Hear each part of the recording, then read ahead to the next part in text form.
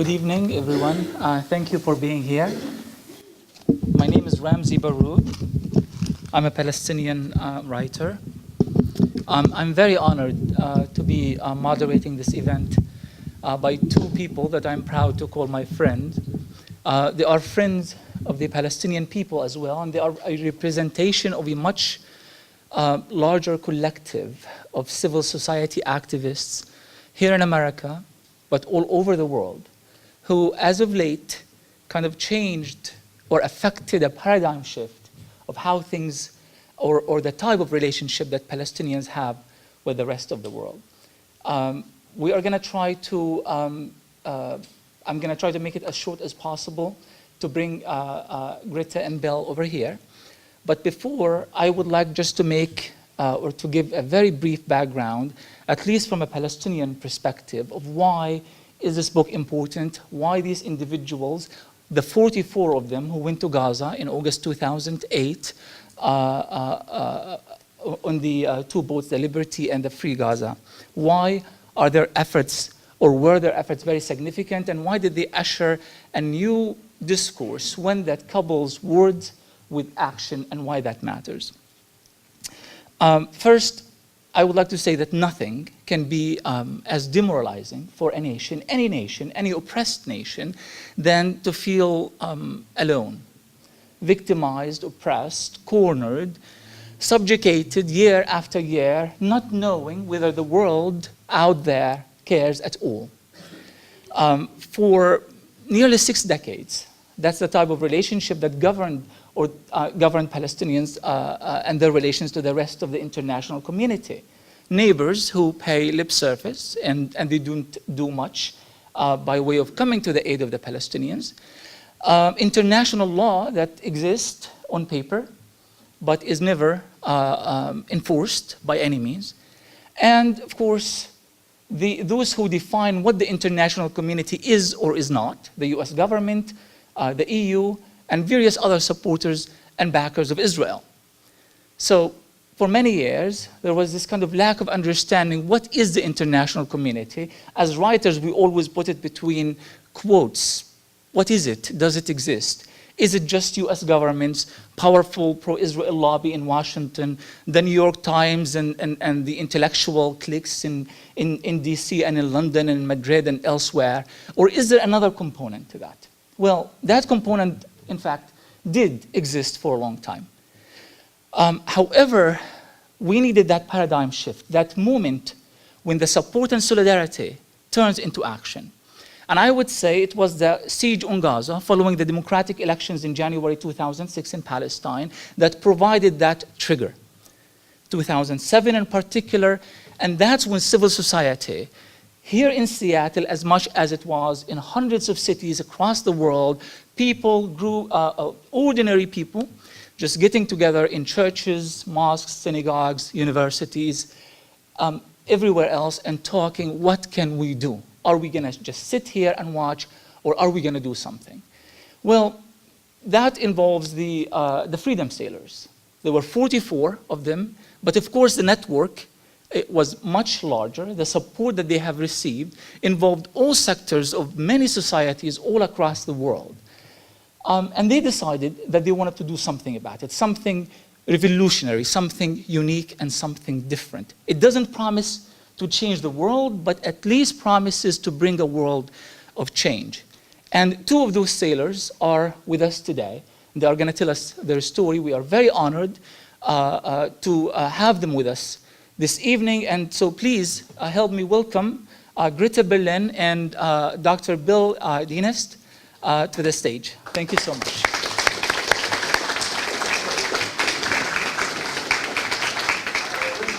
Well, as the local boy, I'm going to start. I'm a graduate of the University of Washington School of Medicine, class of 1986. But in 1982, Israel invaded Lebanon, and all my lefty medical students and I that were concerned about El Salvador and Nicaragua, well, nobody was saying anything about Israel's invading Lebanon and killing 15 to 30,000 people in a month. So I got involved then. I went to the Middle East for the first time in '85. I've been there 6 times since, including the Free Gaza movement. And I want you to get to know somebody who's just a very special person, Greta Berlin. But before we get to Greta, who's the main star of this show, I want to tell you a little bit about Gaza. This is Gaza. Gaza is the most densely populated place on the planet. Perhaps Hong Kong, but people in Hong Kong can come and go. Gaza is 25 miles long. It averages 5 miles wide, 125 square miles, 1.7 million people. It is surrounded by a wall that is more hideous than the Berlin Wall on the Israeli border. They also had an iron wall with Egypt. It was blown up in 2008, but thanks to US taxpayers, we convinced the Egyptians to build a stone wall. So it is trapped by land. Overhead, F-16s, helicopter gunships, and drones patrol the air. And by sea, the Israeli Navy. And in fact, Gaza fishermen can only go out, depending on the temperament of the Israeli Navy, 3 to 6 nautical miles, even less sometimes. People get shot at, people get killed, people get maimed, and fishermen are denied their livelihood. Farmers on the periphery are denied their livelihood. They risk life and death getting killed by snipers for trying to cultivate their crops in the most densely populated place on the planet. Now, there used to be Israeli settlers here. There were about 8,000 of them. In 2005, they were pulled out, and Ariel Sharon proclaimed that Gaza was free. Well, we in the Free Gaza movement decided we would challenge that hypothesis, because if Gaza is free, we should be able to just take a boat and sail right in there, don't you think? Hell, we'll open up a ferry service. Why not? This is what it looks like. This is the population density. This is from Al Auda Hospital on the rooftop in Jabalia refugee camp. 100,000 people in a refugee camp. There's 8 refugee camps. There's 3 major cities. There's all these towns just crammed in there. And you can see on the rooftops there's pilings for the next generation, because there's nowhere to build horizontally. There's only room to build vertically. So what is the future of this? What is the future? I'd like to turn over this discussion for the moment to Greta. We're going to go back and forth tonight. This will be fun, I hope. Thank you. Does this work? You know, I'm the kind of individual that when the light goes on in the refrigerator, I do 5 minutes to the fruit. Hi, fruit! So I do hope to entertain you tonight, and also to encourage you to get the book and to give you a little bit about how insane this idea really was. There are a couple of you I see in the audience who I have known since the very beginning of this. People who believed in us. Because believe me, very few people believed in us. My children thought we were crazy. My children are Palestinian. They thought I was nuts, that we were even considering trying to sail a boat to Gaza. So how did we where did we get this idea? A man by the name of Michael Sheikh sent out an email to us in 2006. And it was when Israel was busy attacking Lebanon. And he said, you know, I have this idea. I think maybe we should buy a boat in New York. And then we can sail it to Europe, and we can go down the coast of Europe, and we can go through the Straits of Gibraltar, and we can stop, and we can talk about Palestine, and then we can sail it to Gaza. I was sitting in my friend's living room. Her name is Mary Hughes Thompson, and she's one of the founders of the Free Gaza movement. And I looked at her, I will never forget. I looked at her and I went, oh my God, that's brilliant. Now, you have to remember, we had no idea what a boat was. We had no idea what we were going to do. We had no idea, for example, that we couldn't rent a boat. That's the first thing we tried. We'll go out and we'll rent a boat and go to Gaza. Well, of course, every time we were trying to rent a boat, they said, where are you taking our boat? And we'd say, Gaza. They'd go, Ghana? No, Gaza. Well, where's Gaza? Well, you know, it's that little tiny strip over here. No, I'm sorry, we're not renting a boat to you. So we realized that the only way we were ever going to do this was to raise money. You need to remember, there was no Twitter. There was no Facebook. It's amazing when you think only, 6 years ago, 7 years ago, none of those things existed. We had Google, and we organized everything on Google. We didn't know, Mary and I knew the founders. There were 3 other founders that did this with us, but we didn't know anybody. We pretty much said, for everybody who wants to get involved in this and maybe wants to go, you have to have 2 recommendations. Most of the people, the initial people who went on the boat, came out of the ISM. They came out of the International Solidarity Movement. Oftentimes they came out of the Christian Peacekeepers. We had an 81-year-old nun, for example, who was on board. That's where we got everybody. I think what was unique about this particular trip is that we really were just plain, ordinary people.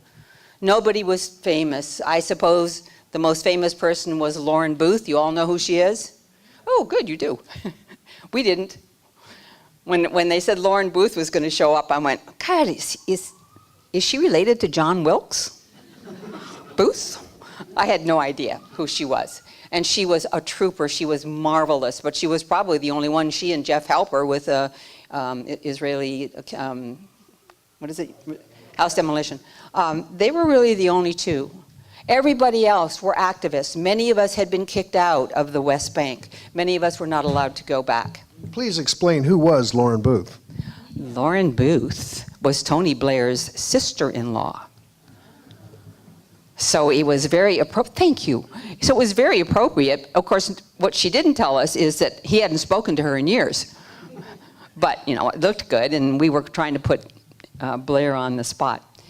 When we decided that this is what we were going to do, and we were actually going to sail, we decided we could do that because Israel said that Gaza was free. That's what they said. Do you remember? All the settlers are going to be taken out. Gaza is now free. So we didn't have to ask permission. We were just going to go sail straight from Cyprus, which is where we ultimately sailed from, and into Gaza, without asking anybody for permission. And that's what we decided to do. So we organized ourselves. We got very, very good. We were very good.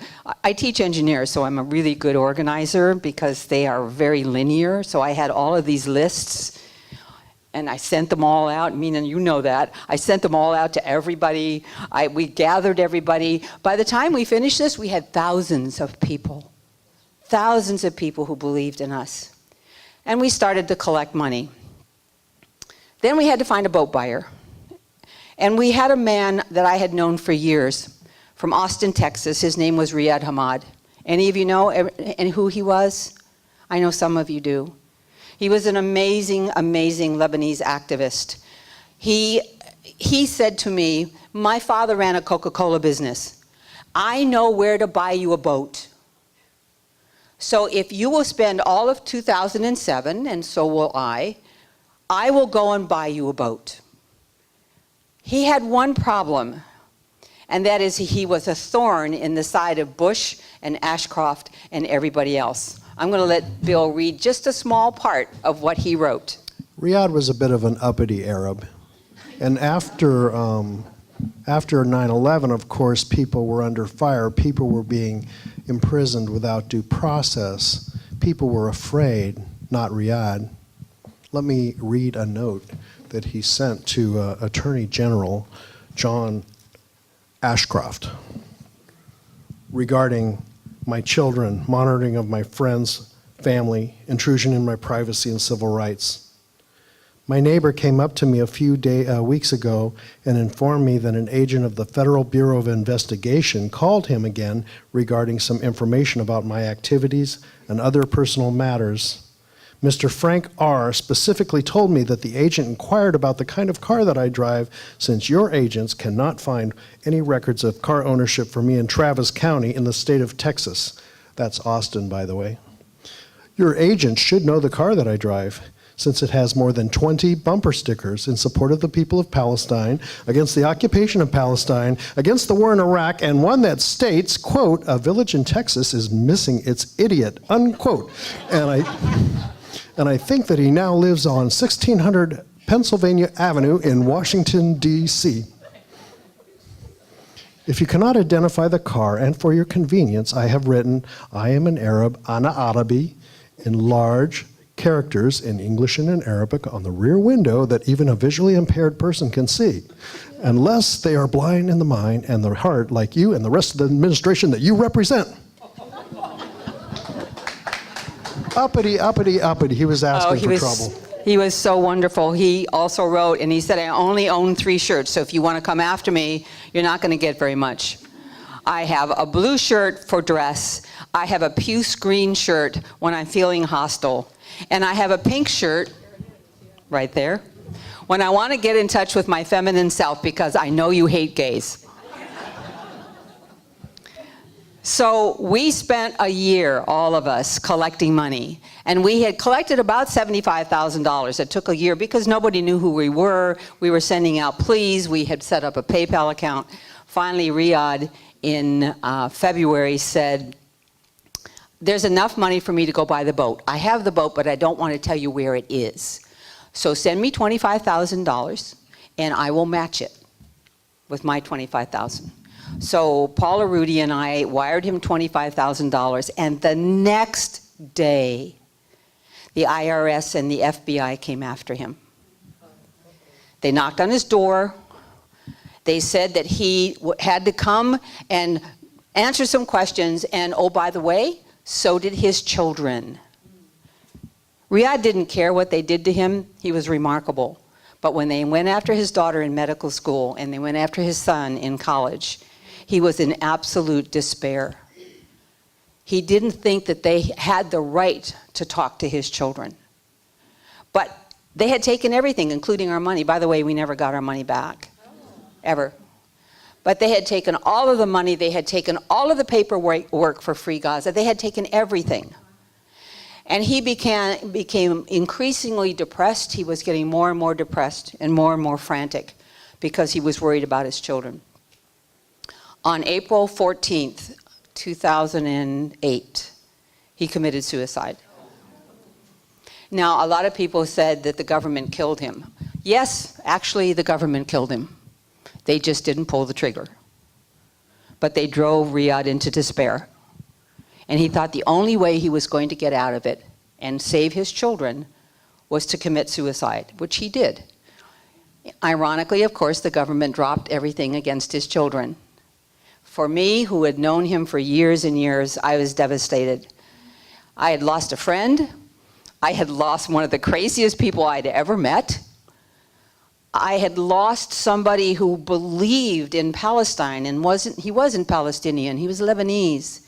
I'll tell you one quick story and then we'll go on to the rest. He got a letter from a little boy in Khan Yunis, and it was one of the times that Israel was bombing at random in Gaza.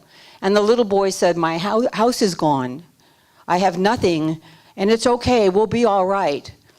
But I lost my red bicycle.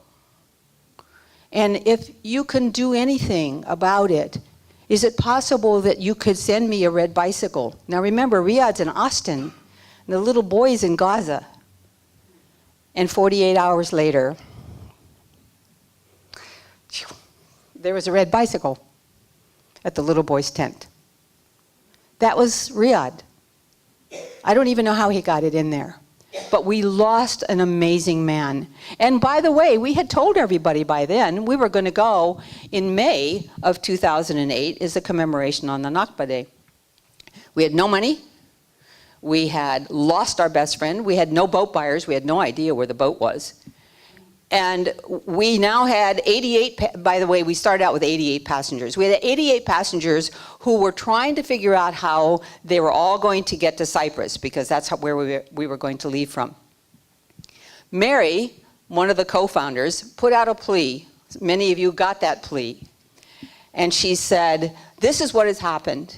In Riyadh's memory, please donate. We cannot get a boat to Gaza unless you donate. We got $75,000 in 72 hours. Those little miracles that came from people who were just average people. People were sending us their Social Security checks. The you know the USS Liberty? You know the story, all of you, about the USS Liberty? How it was bombed during the Six-Day War. They were sending us their pension checks. We got $1.50 from Burma just because they wanted to be part of this. After this all happened, we finally got enough money to buy a boat, and we had no idea who to contact. And I had a Greek friend of mine, and she said, "Oh, don't worry about it. I'll find the Greeks for you." And of course, I thought, of course she would. Poseidon, Greek islands, surely they must know how to find a boat. And that's what we ended up doing. We found all of the old Greek communists. I am not kidding you. Their average age was 70. But they were, okay, they were 60.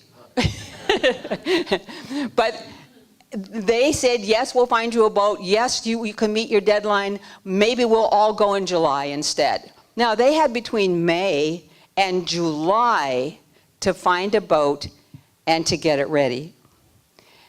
You want to read the piece of it? Sure. In fact, what they had to do was find two boats, and they found two ramshackle fishing boats, and they had to pull them into dry dock because they've been sitting mothballed for years, and they pulled them ashore, and they did all this clandestinely. Now, these people that were part of the overthrow of the Greek fascist dictatorship in 1974, had experience in clandestine operations. The organizer was Vangelis Pisius, right above Paula Rudy, right here. And our author for this segment is Petros Giotis. Let me read Petros. I'll try to do it with a Greek accent. The Free Gaza movement asks us Greeks to provide mission support, prepare a boat that could reach Gaza but could prevent the Zionist spies from learning the project and trying to sabotage our efforts. Until that time, previous attempts to purchase Free Gaza movement boats had failed. The Zionists had been able to gain access to the boats on sale and managed to cancel their purchase. On the other hand, even if a boat could be purchased for Free Gaza, it was always at risk for being found and sunk by the Zionists. This means that an absolutely legal action, as it is not illegal under international law to sail to Gaza, has to be accomplished in secret as if it were illegal. So, for everyone's safety and for the success of the mission, we needed to conduct all of our operations in the strictest secrecy every step of the way, until and including mooring of the two boats clandestinely in separate harbors around Athens. The whereabouts of one boat and crew would not be known to the other boat and crew. Each of us involved in the project would function on a need-to-know basis, keeping the overall details as quiet as possible. I didn't have to give it a lot of thought. I would join the mission at once. And he did. And we, of course, all the rest of us who were internationals, when we say there were 44 people that we finally left, we were from 17 countries. So, I mean, it was almost insane, because not only are we trying to do this, but we don't understand each other. It's not that everybody spoke English. It's just that nobody spoke English in the same way. And so we Americans, who tend to be very blunt and want to get things done on time, couldn't understand why Greek mean time meant 3 days from then. And by the time we finally sailed, nobody was speaking to anybody, by the way. It took being out on the sea and having all of our communications cut off and having everybody sick, when we finally realized that it was probably a lot better to stick together instead of worrying about who didn't make the deadline. They found us 2 fishing boats. We thought they were beautiful. And you can see them on the front page of the book, of course, and you saw them up here. They were the most ramshackle, pathetic-looking wooden boats that we thought were magnificent. One had a sail, what do you call those? Pole. Thank you, mast. You can tell I still don't know anything about boats. Mast. One had a mast, but it didn't work. The other one had no bunks underneath. That's because that's where they stored all the fish. Both boats reeked of fish. But we thought they were beautiful. And there was nothing on the boats. There wasn't even a steering wheel on the Free Gaza. So they installed a steering wheel. They're ready to come. Bill is in Greece. I'm trying to keep all the passengers who are not either overtly hostile, because we are now a month late, or are restless. I'm trying to keep them occupied. And they said, okay, the boat is ready to go. They launched the boat, they turned the boat right, and the boat goes left. They pushed the wheel forward, and the boat went backwards and ended up on a sandbar because it was installed backwards. So, of course, we lost 2 days because we had to wait for the tide to come in so that the Free Gaza would be released and would be able to go. Let me tell you about these boats, and let me tell you about Greece. Who's been to Greece? You know what's really cool about Greece? Well, first let's talk about 1988, the PLO ship of return. In 1988, they wanted to outfit a boat with Palestinian refugees, clerics, and elderly statesmen a la Exodus and sail it into Haifa Harbor in Palestine, Israel. What happened was the boat was sabotaged. Israeli frogmen blew up the engine, and the next day, the 3 organizers were killed in a car bomb. So that's what we had to go with. So that's why we had to hide. But what's cool about Greece is it has lots of islands, and it has lots of harbors, and it has lots of boats. And you know, is the next slide the boat? Let's see. Yeah. Okay. So this is the Liberty, but in the harbor where it was hidden is the Agios Nikolaos. Agios Nikolaos means St. Nicholas in Greek. Now, there are lots of little villages in Greece named St. Nicholas, and there's lots of little boats named St. Nicholas, and maybe counties. And so Agios Nikolaos was the name of one boat, and the other boat was Dimitrios Kappa.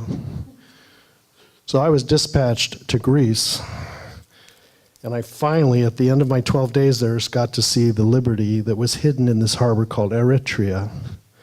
So we pretend that we are a crew of marine biologists about to embark on a research excursion. We are warned by evangelists not to talk about our real mission even among ourselves, as others can hear us and some of the villagers can understand English. For Gaza, we say Mykonos, a Greek island and tourist destination. We try our best, but several times we slip up and periodically mention the G word. During the next few days, it will become one of my jobs to mediate conflicts between the people working and traveling on the boats. Without taking sides, let me state the obvious. A mission such as Free Gaza Movement attracts folks who are hard-headed, independent-minded, stubborn, and ingenious individuals. Do you know anybody like that? There's nobody in this room like that, I'm sure. With these attributes comes an ego. We all tend to be opinionated and, to no one's surprise, sometimes see the world differently. It's a very interesting social experiment we have created. You put different kinds of people, united by a human rights cause, on a couple of boats together and add a bunch of logistical hurdles, delays, different cultures, different nationalities, different languages and customs, and then add deadlines and fear and paranoia and stress. There's bound to be conflict. The patterns are almost predictable. I really got a firm understanding of where the term ship of fools came from. And it was several of our jobs to try to keep this whole thing from degenerating into a ship of fools. Now, did I tell you the subtitle of this book is How We Succeeded in Spite of Ourselves? It's true. In the meantime, I'm in Cyprus trying to keep everybody occupied because we were supposed to leave the 30th of July, and we don't even know where the boats are. We have no idea. Remember, we eventually left on the 22nd of August. So we're trying to keep people interested. Interestingly enough, only 4 people left. They all waited in Cyprus. They all waited for the boats to come. People were living on their credit cards. I still haven't paid my credit card off, by the way, for the expenses in 2008, because we were trying to raise money. We were trying to get the supplies. We were staying at the university. And so we would try to do something every single day. We would talk about the mission, we would talk about Gaza. And one day we decided that everybody would write a will. Which in retrospect, by the way, was very wise, because when the Israelis murdered the 9 passengers on board the Mavi Marmara, 2 of those people did not write a will, and their parents didn't know where they were. So we had written a will. One was to go back to somebody in the country where we were, and the other one was going to be held by a man by the name of Ramzi Kaisia, who was our land crew. So everybody has done that. Everybody is talking about it. It took us whole 2 days to figure out what we wanted to do. And then we said, all right, now, supposing you die on board, what do you want done with your body? Well, of course, all of us said, just throw us overboard. Except Mushir al-Farah. He was the Palestinian who was on board the Free Gaza. He decided that he was going to be buried in Gaza no matter what. Now, Mushir is about the same size that Bill is. So what Mushir said is, just put me in the refrigerator and take me to Gaza. The problem is that the only refrigerators on those boats were those little teeny tiny refrigerators, you know, that you can put under a counter somewhere, and they were only cold enough to make 1 Coke cold. And he was determined. He said, I don't care, put me in there anyhow. I'll never know. Just put me in there, send me to Gaza. Fortunately, we didn't have to do that. We finally realized that the boats were coming when Bill came back and said, yes, there's actually boats. By the way, after a while, we thought that maybe there weren't any boats. So I was sending out press releases because I was doing all the press. And I don't know if any of you remember, but I would send out a press release and post it and say, the boats are ready to leave Alexandria. Egypt. So the port authorities in Alexandria, Egypt would call the port authorities in Cyprus because they knew, and they would say, you know, we've got some Israelis down here. They're looking for these boats. Do you know anything about it? Well, fortunately for us, the Cypriots were on our side at that particular time, and they said they didn't know anything. So then maybe 4 days later, I'd put out another press release and say, the boats are now in Turkey. And so they'd send a crew to Turkey to find out where the boats were. I was having a lovely time doing this, and in retrospect, it was probably very wise because we were actually coming out of Greece. The other thing is we never changed the names on the boats. They were busy looking for the Free Gaza and the Liberty. And as Bill said, they didn't exist. So we were able to slip out of Greece. They were able to come. They managed, it took forever for them to come to Cyprus. We finally got everybody to Cyprus. And I think on the 21st of August, all of the Cypriot people, I think there were 30 of us, were now going to meet the 14 people that were on board the boats. Those boats came around the corner of Cyprus, and we thought they were the most beautiful boats we had ever seen. We didn't even look at the peeling paint and the fact that there was no place to put any storage. We were only taking hearing aids. We paid no attention. We had lots and lots of water. That was one thing that we did. Had a press conference, and on the morning of the 22nd, we're leaving. We're all going. So off goes the Free Gaza. Now, those boats were only qualified to carry 11 people each, including crew. We had 26 on the Free Gaza, and I think we had 19 on the Liberty, something like that. And the Cypriots allowed that to happen, because you have to remember that Cyprus was then an EU country. So to leave the EU and go to Gaza, you had to get your passport stamped. So they knew that we were putting twice the number, in case of Free Gaza, 3 times the number, on board these crazy boats. It's a good thing nothing happened to us, because they just turned a blind eye and just signed everything off and just let us go. Off we go already, and the Liberty breaks a fan belt. We only have 1 engine in each boat. So we had to wait and wait and wait until they fixed the fan belt. We took off. We're all excited. We are being escorted out of Cyprus. and we're on our way. The problem that happened to us is it was one of the very few times that the Mediterranean had a mistral. Do you know what a mistral is? It's one of those big windstorms that comes in from Morocco and stirs up the Mediterranean. Well, how many of you in here think the Mediterranean is nice and calm? Wrong. It's only nice and calm in Greece. We're out in the middle of nowhere. The boats are getting slapped back and forth. I'm on the one that's got the mast on it, so the mast is going like this, and it's coming back up, and it's going over that way.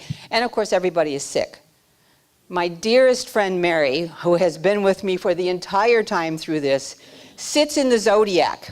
The Zodiac is the little rubber boat that all boats have. I don't know what good they are because you could only put 2 people in them, but it somehow made us feel better. She's in the Zodiac, and she's throwing up in rubber gloves. But she's very neat. She's British after all, so she's very neat. So she fills every one of the fingers on the glove and the thumb, and then she ties it off at the top and hands it to me and says, throw it overboard. After the first hour, I was no longer sick, so I tried to stumble back to the back, and I'm throwing these rubber gloves off like, Hansel and Gretel. And if anybody wants to come look for us, just look for the vomiting gloves. And if we got lost, we could trace our way back. We traced our way all the back. And the nurse on board had said, we have to get biodegradable rubber gloves. And we said, we don't need that. It was the best thing we did. Because whatever was going to eat those things was not going to die. At about, I would say, when the sun went down, Israel cut off all of our communications. Everything was gone. Our channel 16, which is the channel in case you get into trouble, our GPS was gone, our satellite phones were gone, everything was gone. And it was gone all night. We were cut off from the world, and the world didn't know where we were. And the world thought maybe we had been sunk. What were they saying over the airwaves?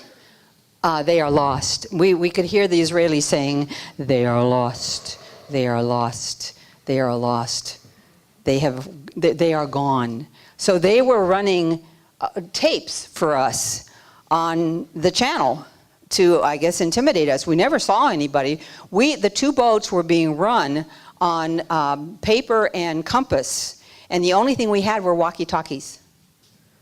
And so we could talk back and forth to each other on the boats, and that was it. And everybody was sick. Pretty much everybody on board those boats were sick. Some so sick that we thought maybe we were going to have to get a helicopter. I kept thinking, oh my God, we've been working on this for 2.5, 3 years, and if we have to call the Israelis and tell them to rescue us, I'd rather drown. I was barfing all over the stern. I wasn't as tidy as Mary was. No, Bill, the doctor, Dr. Bill was barfing.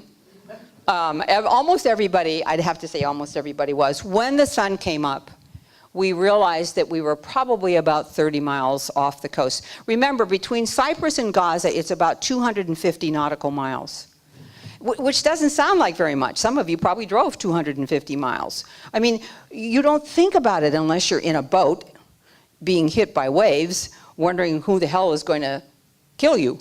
And our boats only traveled 7 nautical miles per hour, so this took forever, 33 hours of stomach-churning amusement park ride excitement. Just imagine. Keep your eyes on the horizon, watch it rock to and fro, and take lots of naps, and just pretend you're on an amusement park and trying to have a good time. And of course, a lot of times they said, well, go down below because then you won't see, close your eyes, go down below and rest. The trouble was that down below reeked of fish. So you didn't want to go down below. I mean, it's the last place that you wanted to go. When the sun came up, we realized that there were no Israeli ships anywhere. We didn't know where they were. So one Al Jazeera guy on board had never turned on his satellite phone. I don't know how we had enough sense to know that we should have kept one off, because we didn't know squat, nothing. But we said, oh gosh, maybe we should keep one off. So on the Free Gaza, we said, turn on the phone, call your office in Gaza, tell them we're safe. And he got it. And Al Jazeera scrolled on the bottom. Ramzi, did you ever see the scroll on the bottom of Al Jazeera where it said, they are safe, they are safe, they are safe, they are safe? I want to wrap this up by telling you that when we arrived in Gaza, we had 40,000 people. As we came in, that's a little bunch of kids on a fishing boat. They had 40,000 people waiting for us. Israel decided that they would not attack us after all, as though somehow we had to ask for permission for them to attack us. I think they thought we were a bunch of old hippies, and so if they let us go, we would go away. Oh, they were just so wrong. But I think that's why they did it. It was one of the most glorious days, both of us will say that, of our lives. In fact, when I told my son about this, he said, well, Mom, wasn't that when you had me? I said, no. I want to read the last thing. But before you do, let me tell you, this is really too cool. There was 40,000 people on the shore. It was the first time any boats had entered Gaza waters in 41 years, since Israel occupied in 1967. And not only were there 40,000 on the shore, we were throwing balloons out in the water. The kids were jumping in the water, and they were swimming up to the boats, and they were climbing aboard, and dignitaries were climbing aboard, and the boat was getting overloaded with too many people, and we were 200 yards from docking, and we thought we were going to sink right after 200 and whatever nautical miles. We thought we were going to sink 200 yards for the shore, but then the Hamas police detail restored order, and it was glorious pandemonium, glorious, glorious pandemonium. It was probably one of the most remarkable days, certainly in my life, and that would probably be true for all 44 passengers that went. I want to end this because I want you to remember that this is not about the insane internationals that came in on a boat to Gaza. This was about keeping Gaza on the map and making sure that Gaza was not forgotten. So we had one man on, his name is Mushir El-Farah, and he's from Gaza. And I want to leave this with what he wrote, because this is the reason that we went, and this was the reason that we continued to go. Moshe was born in Khan Yunis in the Gaza Strip. His family still lives there. He has Dr. Mona Farah is his sister, and his other sister also is a prominent pediatrician. What he wrote was this: as Gaza started to appear on the horizon, I felt ecstatic. I just could not believe it. I never expected it. After all the threats, I thought we'd end up in an Israeli prison. I could not stop crying. At last, I will be able to visit my mother Layla's grave. Layla had always said to the people around her, even when she was in good health, if I die, please tell Mashir that the last words on my lips were his name. Yet I couldn't be at her bedside when she was dying at the hospital where I was born. I couldn't get in. I couldn't go back. I couldn't go back because of the inhuman and illegitimate siege. And my tears continued. I was actually seeing my homeland. I was coming in by sea.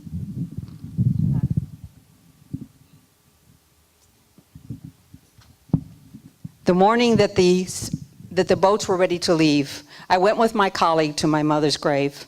I woke up early and went.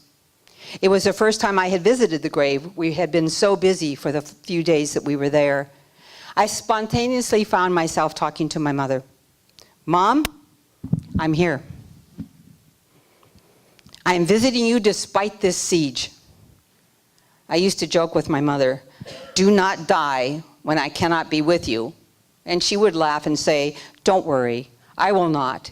If you promise to place me in the grave with your own hands, I promise to stay alive.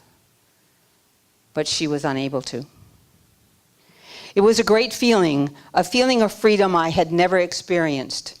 It was the first time in my life that I had come home without the humiliation of being questioned or interrogated by the Israelis, without being threatened, without having my papers thrown around, without being told that I might not ever come back. I could not believe that feeling and that sense of freedom. And this is what I hope for all Palestinians.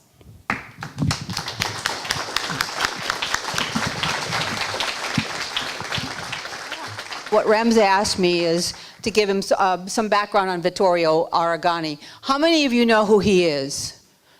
Some of you do. He was the most amazing Italian.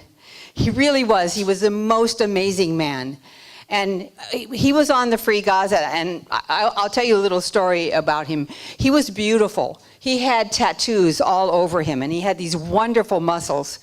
And every afternoon, he would go to the front of the boat, and he would dump water over his head. We got one pail of water every day. And all of the women on the Free Gaza lined up in the back next to the wheelhouse to watch Vittorio take his shirt off. So he was definitely our entertainment. He was truly a beautiful man, not only the way he looked, but also the way he really was. And he had been in Gaza off and on for just years and years. And he had come back with us on the Free Gaza, and then he stayed. He stayed with the International Solidarity Movement. He did a lot of work with the fishermen.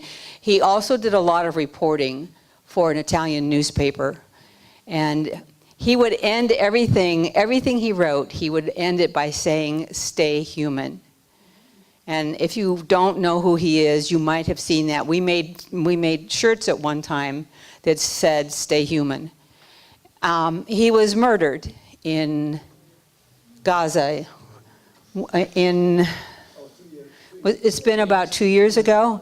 April 2011. April 2011. His mother said that would be what he would have preferred, what he would have wished, but he was in his early 40s. And he was one of the very few people I've ever met that was full of joy. He would make you laugh, he would make you smile. Half the time I didn't understand a word he said, but it didn't make any difference. He was just a big and amazing man who believed in freedom for the Palestinians, and he gave his life for that. He did survive Operation Cast Lead, where he was there during that onslaught, and he wrote a book in Italian and in English, Gaza Stay Human. And so that if you want to hear his direct accounts of what happened on the ground in Cast Lead, please look up that book, Gaza Stay Human. The Hamas did arrest, I think they killed 2 people, and I think they arrested, another 2. And they were from some splinter group that nobody had ever heard of. And one of the people that killed himself was a Jordanian who came through the tunnels, who, of course, the Middle East is rife with rumors on top of rumors, but I think this was probably correct.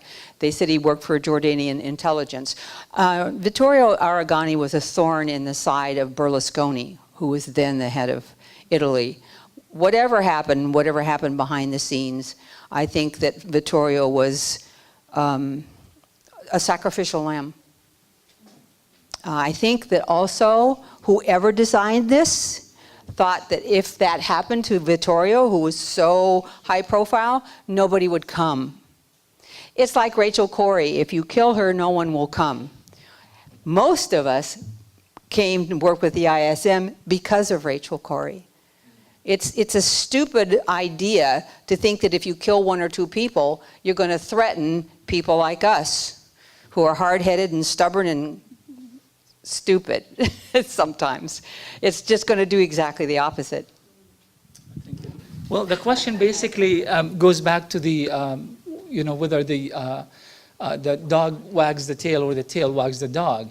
Is Israel, in fact, at the core of all that is happening? Is Israel determining the political discourse and its behavior in the Middle East, or is it a conduit? Is it a tool for international global capitalism? And Israel more or less is kind of caught in this struggle that has been imposed in the Middle East by capitalism. So What is it? Well, I was just going to say what you just said. Is it the Western dog wagging the Israeli tail, or is it the Israeli tail wagging the Western dog? Well, there's all different kinds of interests to promote war.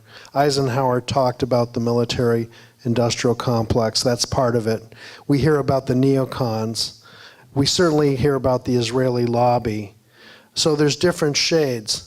But there is an alliance between people who profit from war, who profit from imperialism, who profit from the domination of Western powers over native people in the Middle East. So I think the answer is all of the above.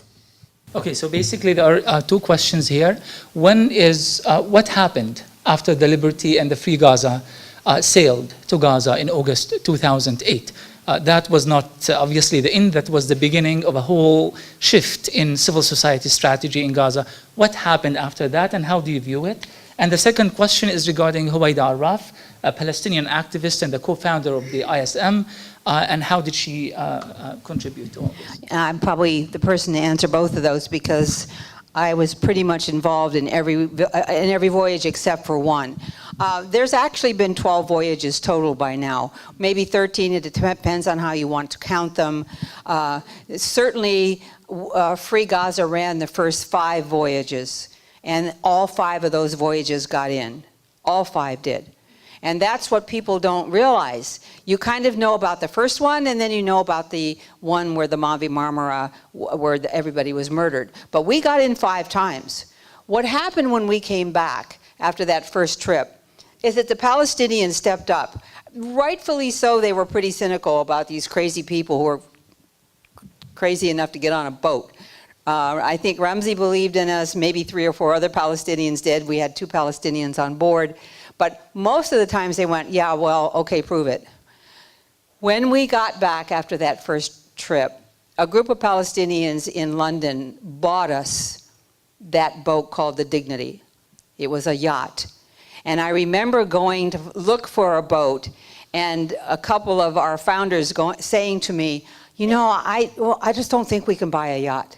I just don't think we can buy a yacht. I mean, we made a symbolic gesture with these 2 decrepit boats, and we're just activists. We can't buy a 250,000 euro yacht. And Mustafa Barghouti, you all know who he is, was standing with us at that time, and he said, why not? Why can't the people of Gaza have a yacht come and visit them? Why don't they have the right to open their port? And that's what we did. We started taking in members of parliament in Europe. We started taking in high-profile people. It was no longer, ironically, it was no longer an initiative that was done by just common people. Because we had made 3 promises to the Palestinians when we left. One is that we would take Palestinians out. And we took 28 total out of those trips. 2 was that we would publicize it around the world as much as we could. And 3 was that we would return. And we did all of that, but we also knew that in order to stay protected, the higher profile that we got, the better off it was. We had people like Mairead Maguire, for example, who's a Nobel Peace Prize winner. She was on board. And so that worked very successfully until Cast Lead, when our boat, Cynthia McKinney, was on that boat, when that boat was rammed. I do, by the way, love to hear the Israeli point of view, because they said we rammed them 3 times, sideways. So we backed it up and we ran into them 3 times that way. Yeah, that's impossible. As a result, we decided to put a flotilla together because we thought one boat is not going to do it. That's why the first Freedom Flotilla was put together. That was completely organized by Free Gaza. And the contacts that we had, Fethi Jawadi, who is a Tunisian, is the one who knew IHH, IHH, from Turkey. He was the one that pulled the Turks in with the Mavi Marmara. The Turks, by the way, did not own that boat. It was owned by the Comoros Islands. So when they say it was a Turkish boat, it was, but it was flagged by the Comoros Islands. In part, they had thought that maybe if something happened, we would be able to take them to the criminal court because the Comoros Islands belongs to the International Criminal Court. I'm not sure that Turkey does. Does anybody know? It hasn't gone anywhere. The second question about Howeida, the 5 co-founders who were Mary Hughes Thompson and Renee Boyer and Paula Rudy and me and Sharon Locke were 3 Americans and 2 Australians. We were the original co-founders. When we started to put it together, Howeida was working on her master's degree, I think, and she said, contact me if you ever go. She didn't believe we'd go either. About a week before we went, Mary called her and said, we need you. We really need you. We need you to be part of this. You're Palestinian, you're articulate. We need to have you come. And she did. So she became Free Gaza spokesperson for 2 or 3 years. She's articulate, she speaks Hebrew, she speaks Arabic, obviously, she speaks English, and she's young and she's attractive, and she was the spokesperson that we would send out pretty much around the world. She's now, you do know, she's now pregnant. If you don't know who Howeida is, she's pregnant, she's due in 5 weeks, and she's in the Israeli village where she comes from because she wants her son to be born and get Israeli citizenship, and the Israeli government just kicked Adam Shapiro, who's her husband, they just kicked him out yesterday. They said he couldn't stay, so she's staying anyhow. Okay? Yeah, well, I would expect that, you know. I mean, she wants to make sure the next generation is going to be able to have the citizenship. Yeah.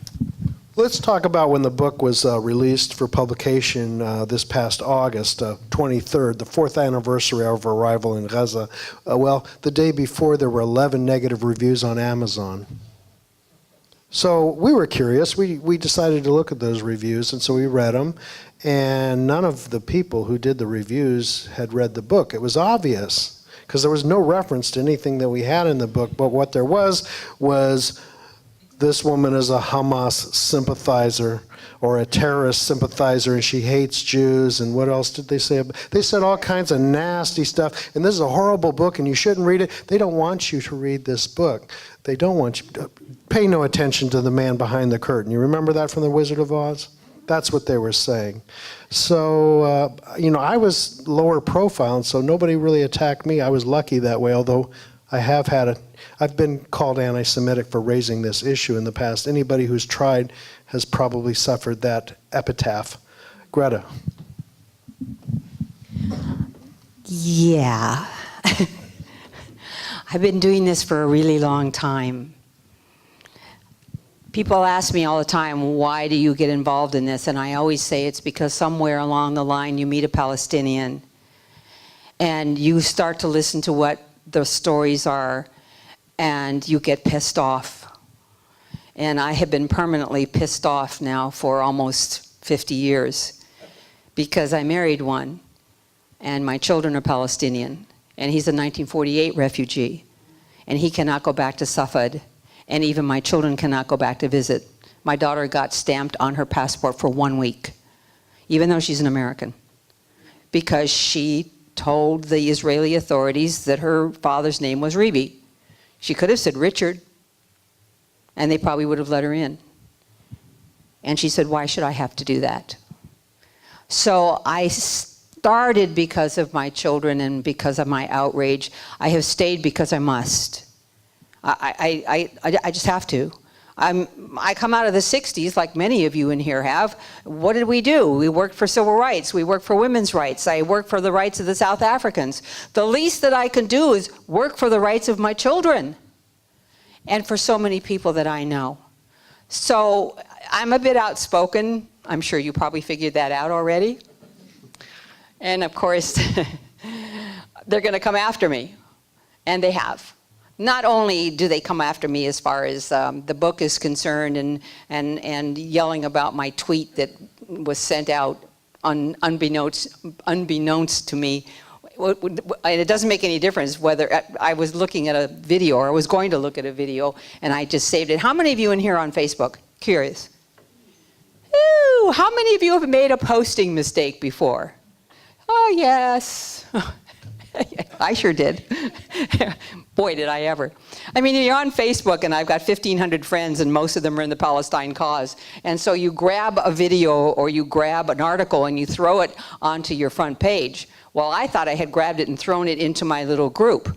But I was on the road in Canada, and I didn't pay any attention to the settings.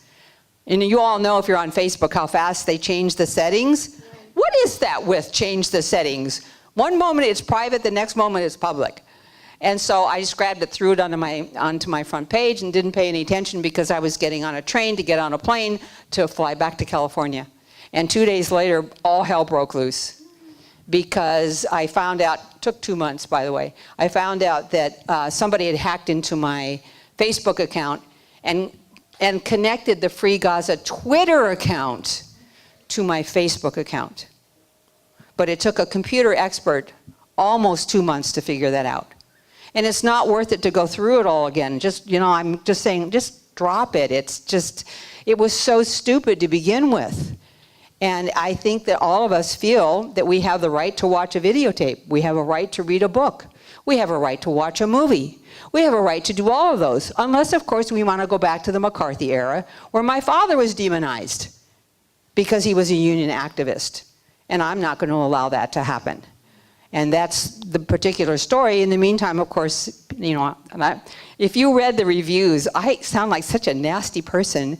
And I've been threatened. My children have been threatened. I had to hide my children in 1972 because I was the media contact for the Free Gaza. I would have people call me and say, we're going to sink the boat. Nobody is safe. I had somebody call me and go, do you know how to swim? I said, what? He said, do you know how to swim? I said, I don't understand you. You sound like you're underwater. I thought it was funny. So, you know, I tend to be flip. I tend to not take myself very seriously, but I definitely take what I do very seriously. I do want to say one thing. There's this lovely lady right in front. I know she's going to kill me. Her name is Mina. She's right there. She has been with the Free Gaza movement since the moment it started. How many years? 5? 6? She was going to go with us on the first trip, and she couldn't. And we were so sad that she couldn't come. And I think one of the things that we have found is this enormous network of people who wanted to do something, and they didn't know what they wanted to do. They didn't know how they could do it. And I just wanted to point her out because she has been with Free Gaza forever, as long as we have, as long as Mary and I have. It's been 6 years. Well, I'll answer the first question quickly, and then you can do the second. Is that good? Okay, so what is the future? I don't have a crystal ball, but as I see it, there's 4 possibilities, and if you can find a 5th one, please tell me. The first possibility is the end of the world. I'm against that one. But Israel has 300 to 400 nuclear weapons. The U.S. fleet has nuclear weapons in the Persian Gulf. We're worried India, Pakistan have nuclear weapons. We're worried Iran might get 1 nuclear weapon. So, you know, and people want proactive preventative war? Didn't we hear this about Iraq? You know, anyway, I'm against that one. The second possibility was the 2-state solution, and in 1993, I had guarded hope that that would happen. But as my friend Haidar al-Shafi, who's since deceased, he was on the Madrid delegation. He stopped going, and I asked him why. He lives in Gaza. He's a Gaza physician. He said, because I concluded they were negotiating in bad faith. So what has happened?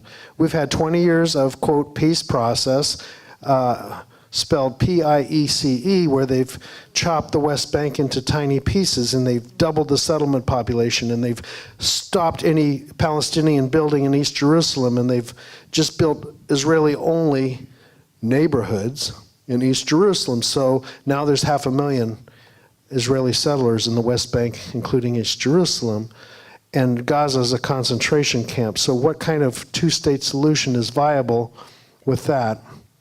So the third possibility is apartheid, and that's essentially what we have right now. Really, between the Mediterranean Sea and the Jordan River, there's one state in control.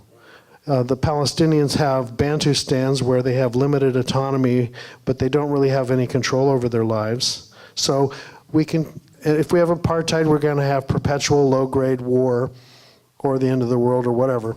The last possibility is where I think we have to go to get out of this mess, and that is liberty and justice for all.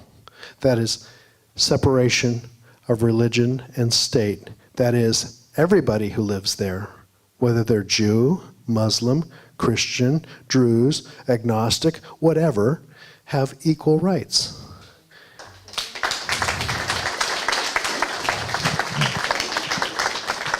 And if you can think of a fifth possibility, please tell me. I'll be in the back. I want to hear what it is. Do we have another option, Ramsey? You're Palestinian, you're from Gaza. Yeah, please. Ramsey, what do you think? Yeah, thank you for that. Of course, I agree with much of what you said, but I think we are looking at two different scenarios here. One is that what is actually happening, what is Israel unilaterally imposing on Palestinians. I'm not sure if you heard that as of a few days ago, they introduced segregated buses in Jerusalem. I think it's bus, the 210 line that is for Palestinians. And still, the settlers were not happy. They actually torched the bus a couple of days ago. So that is one track of what Israel has as far as the end game is concerned. Unfortunately, Israel has single-handedly determined that end game, and they've had this design of theirs for many, many years. But more specifically in 1967, when they had a specific plan on how to colonize the West Bank, how to drive the Palestinians out, how to use the land, and they had it all covered. The so-called international community was completely oblivious to what's going on. And the US, if anybody dared cross a certain limit, the US would come in with a veto or with punishing this and censuring that and so forth and so on. So here's one scenario, and that is, the historical course that is happening and is being determined single-handedly by Israel. And here's the other possibility, and that's when we all come into this picture. Are we going to allow this to happen? Are we going to let Israel make a determination on its own, exactly like the South African apartheid government tried and failed, and numerous other authoritarian and dictatorships have tried, and many of them have failed? Are we going to let Israel make that determination, decide what to do with the Palestinians, deal with them as if they are subhumans to be pushed here and cornered there until they finally achieve their ultimate dream of having a pure Jewish state over historic Palestine? Now, it's not, and I'm not a wizard and I do not read into the future, I'm just saying that this is what is in fact happening. We can talk about one state, two state. Effectively, what is underway right now is a 75 state solution that is whenever there is an Israeli military checkpoint in the West Bank dividing this village or this area, that is a state, and these people are isolated in township or Bantustans. So Israel is making that determination on its own. It's either we just simply acknowledge that and move on with our lives, or acknowledge that and say, but no, we are not going to allow this to happen. Not in the 21st century, we are going to deal with segregated buses. This is history and has to remain within the confines of history, and that's where we as civil society come into the picture. So. That's what we're doing tonight. We're raising awareness. We're getting the word out. We're writing books. We're putting pressure on our senators and congressmen. Unfortunately, I don't have $1 million, it is distressing that so much of our policy in this country is being dictated by wealthy lobbyists, but we have to fight that. And we've had small incremental successes. They tried to run Chuck Hagel out for Secretary of Defense and they failed. I'm hoping Obama will show some courage this term, and he's actually going to Israel and the West Bank shortly. And it'll be very interesting to see if anything positive comes of that. Basically, the question is about Christian Zionism and how it's playing out into what is going on in the Middle East. Is it American policy in the Middle East? How much of it is a factor? And Who's going to take this question, Bill? Sorry, I'll do this one because I come from Omak, Washington, which is a small rural area of Washington State, and we don't really see the Jewish Zionist influence there very much, but we do see Christian Zionist influence in rural America. But let me tell you, there are Christians in Bethlehem that see the world quite differently from the Christian Zionists, and I think any religion, there's a full spectrum of ideology from liberation theology to promoting the end times. People who want the end of the world to happen and are thinking that all the Jews have to go to the Holy Land and then there'll be a rapture and those that don't convert to Christianity will be condemned and the rest. But again, Judaism, there's a whole spectrum of political thought, and you can use biblical passages to justify whatever you want. Same thing with Islam. But I think we all have to turn to our humanity. So yes, Christian Zionism is a real influence in this country. I won't speculate as to which is the bigger influence, whether it's Jewish Zionism or Christian Zionism or even agnostic Zionism. I'm sure there's a lot of Zionists that aren't really religious, don't you think? I wanted to add to this because I simply can't resist. How many of you know who Gilad Atzmon is? How many of you in here have read his book called The Wandering Who? I know you did because didn't you write, Ramsey, didn't you write a review on it? A blurb on it? Okay, well, one of the reasons I got myself into trouble is because I wrote a review of Gilad Atzmon's book. I thought it was great. I don't have to agree with everything he has to say, I don't. But I said, after reading his journey and being so stricken with so much of what he wrote, I thank God I was raised a Methodist. So I got into trouble for that because I was being flip. But I meant that. I think that the Christian churches, such as the Methodist Church and the Presbyterian Church, need to stick to their guns and divest from Israel, period. Yeah, up here on the screen, there's something that says, work with Gaza's Ark.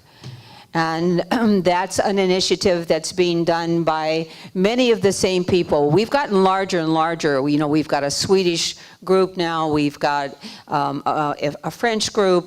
They've gone off. Many have gone off to do all kinds of different things. I don't know if you remember the French group. They all got on board a plane and they all flew to Tel Aviv.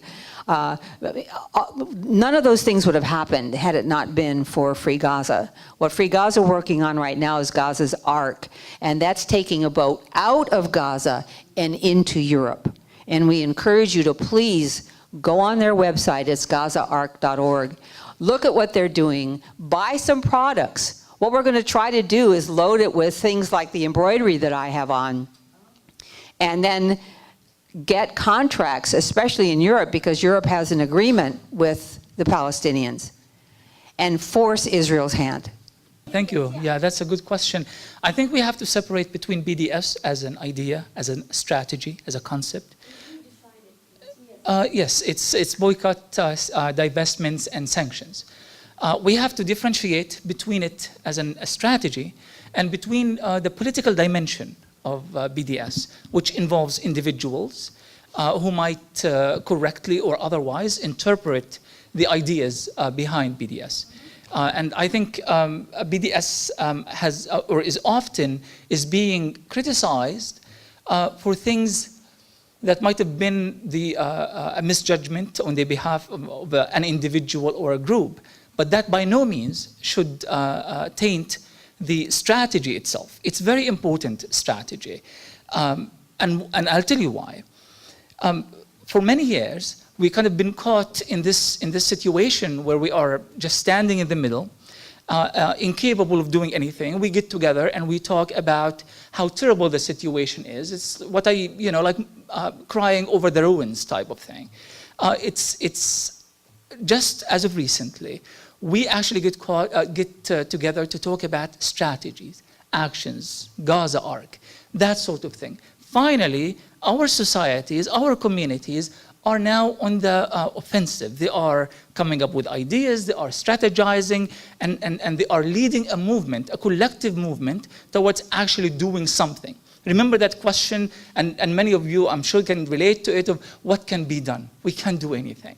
That's the question. I came to Seattle 20 years ago. I disappeared back a few years back, and I just came back, and lots of people were still asking the question, what can we do? Well, guess what? Now we have a whole set of options of what we can do. Of course, it doesn't guarantee results, because that's the nature of this conflict. What we need to do is to get involved as communities, using whatever strategies that may work or may not work. I think the issues that Greta addressed earlier about the email and all of that, I think it's important that we also realize that we are going to differ on lots of issues. But at the end of the day, it's essential that we remain united. And I'm not saying this in a sentimental or a poetic way. We need every individual. We need every effort. We need the academic as much as we need the person in the street. We need everyone to be part of this, and that was the brilliance of the Free Gaza movement, because it included all of them. For the first time, there was no polarization. The Jews and the Arabs and the Christian Zionists and all of that, and we are very cautiously moving into trying to find middle grounds, and then we balk and move back. That is over. We are trying to build a universal global movement. And that's where BDS comes in. That's what BDS allows us to do. Are we going to agree or disagree on some issues? Yes, we will. Are we going to agree or disagree on how we interpret some of the diktats or some of the strategies of BDS? Yes, we will. But it is out of that agreement and disagreement, the movement will be propelled forward. It's important that we don't get distracted, we do not get sidetracked, and we carry on with our mission despite of all of our differences. Please say the 3 BDS goals. Yes. Okay, The that's... 3 things that BDS does. Well, ending the occupation. Ending the occupation. Ending the occupation, yes. That's equal rights. Equal rights for Palestinians living inside Israel, and the right of return for Palestinian refugees and Israel. And number 3, the right of return for Palestinian refugees per UN Resolution 194. Ending the occupation, equality for Palestinians and Israelis living in Israel, and the right of return for Palestinian refugees. Thank you all for coming tonight. Now, there are handouts about Gaza's Ark in the back. These are free. If you haven't bought the book yet, please buy it. All royalties, well, the bulk of the royalties are going to Gaza Community Mental Health Program and other Gaza-related projects. Greta and I are not profiting in any way from this book, nor are our 25 co-authors. How the hell are you going to divide that 25 ways anyway? So it is going to help the people of Gaza. Please buy our book, and thank you for coming tonight. Thank you, all of you.